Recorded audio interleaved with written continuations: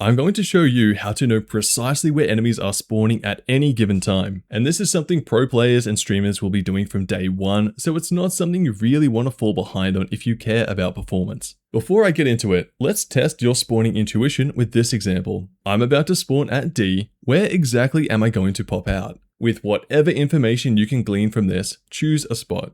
Okay, if you picked this little area over here, you would be correct. So why did we spawn here and why does it even matter? Well, in Battlefield games, spawning basically follows a flowchart of differently weighted priorities, which we can use in several very useful ways. The main variables are enemy proximity. It really does not want to spawn you near enemy players, which side of the map your headquarters is on, and the game mode. So if we go back to this clip, we can see that we're playing Conquest mode and our HQ is on the left side. In Conquest, if you own a base and there's no enemies nearby, you'll tend to spawn on point or a little bit forward so you can get back to the action. If there are enemies on or very close to the point, as we can see D is being contested, you will instead spawn off the point, generally on the side of your HQ.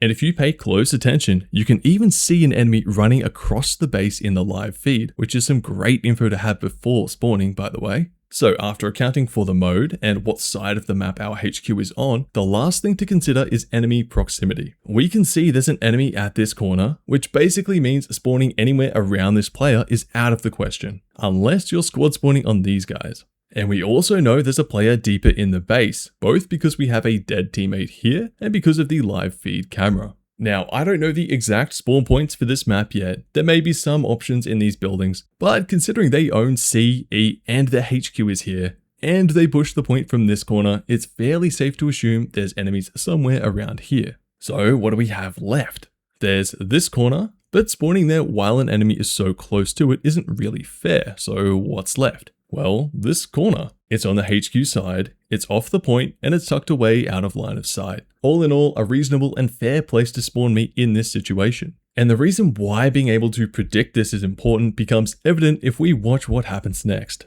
As I come up the stairs, I get a free kill on this guy who is shooting at my teammates in a building. Now, let's imagine this player knew the spawn points for this base and took into account how spawning behavior works. As they push onto point, they would know this corner is a high priority spawn point and important to clear out. And in fact, you can see my teammates spawn there as this player was not close enough yet to invalidate that area. Let's say he killed this player with his information advantage and then sets up in that same spot. They can now know with a high degree of confidence that respawns will be coming from where I spawned. And while it's a safe spawn tucked away, I have very few options. There's one path with barely any cover, with one way to enter the point at these stairs. They could very well sit their crosshair at these stairs and clear any respawns while breaking line of sight of the buildings and the rest of the point. But instead, by not taking spawning logic into account, they had a respawned player behind them and me in front of them, and they weren't aware of either of us, so they were doomed. This isn't the only reason why learning spawns is worthwhile either. If your teammates are the ones contesting the point, you can post up to crossfire the respawns running back. If you yourself happen to spawn in a location that's lower on the flowchart than you expected, you can know that enemies are currently occupying that other spawn point. So instead of getting shot in the side or back, you can go take them out or avoid them with this information. And if the shoe is on the other foot, you can occupy an enemy's best spawn points for a given situation and force them to spawn in a vulnerable area. And while I'm not a vehicle player, I cannot deny how useful knowing the spawn behavior is for farming kills in air vehicles. And in any sort of kill record video, you'll see a lot of this spawn-oriented gameplay. The reason I believe this is so important to learn early on is that while you can understand the rules and weightings and make some damn good guesses, nothing compares to actually knowing the precise spawn points that the devs have assigned. With this in mind, every time you respawn on a base, you'll want to pay attention to a few things. First, what is the current state of the point? Do you own it or is it contested? Secondly, where exactly did you spawn? Behind a retaining wall, some rocks, how far away from the point are you? And thirdly, what paths are you and your allies traveling after spawning? Over time, you will develop this mind map of spawn points for different conditions, sides of the map, game modes, and ultimately how to best make use of that information. And as it grows, you can start to spot anomalies. For example, if you always spawn in a certain area on a contested base and suddenly you're spawning in a different area, you now know that something has interfered with that flow chart, most likely enemies being near that usual preferred spawn point. And if enemies are coming from an area they shouldn't be, you can be fairly sure they are squad spawning or using a spawn beacon and can now prioritize wiping that squad entirely and or taking out that beacon. And on the topic of beacons, it can be useful to take a quick glance at the kill feed to see the names of players you kill. If you see the same name twice in quick succession and there aren't any obvious teammates, revives or anything like that, chances are they have a beacon set up close by.